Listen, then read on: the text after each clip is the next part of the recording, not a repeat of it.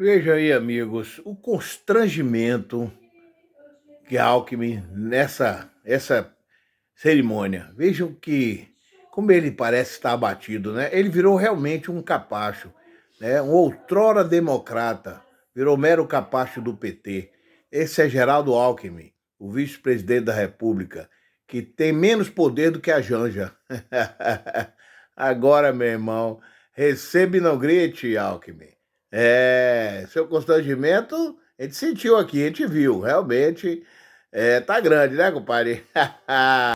وزرا، نمایندگان ویژه سران کشورهای مختلف،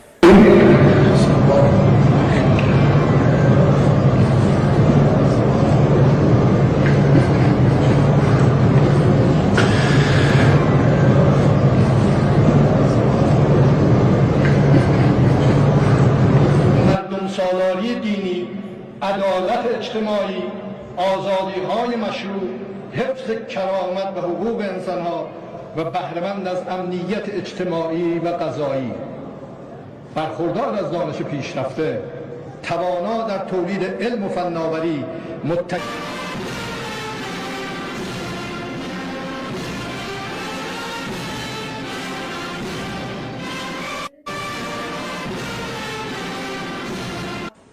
وزرا، نمایندگان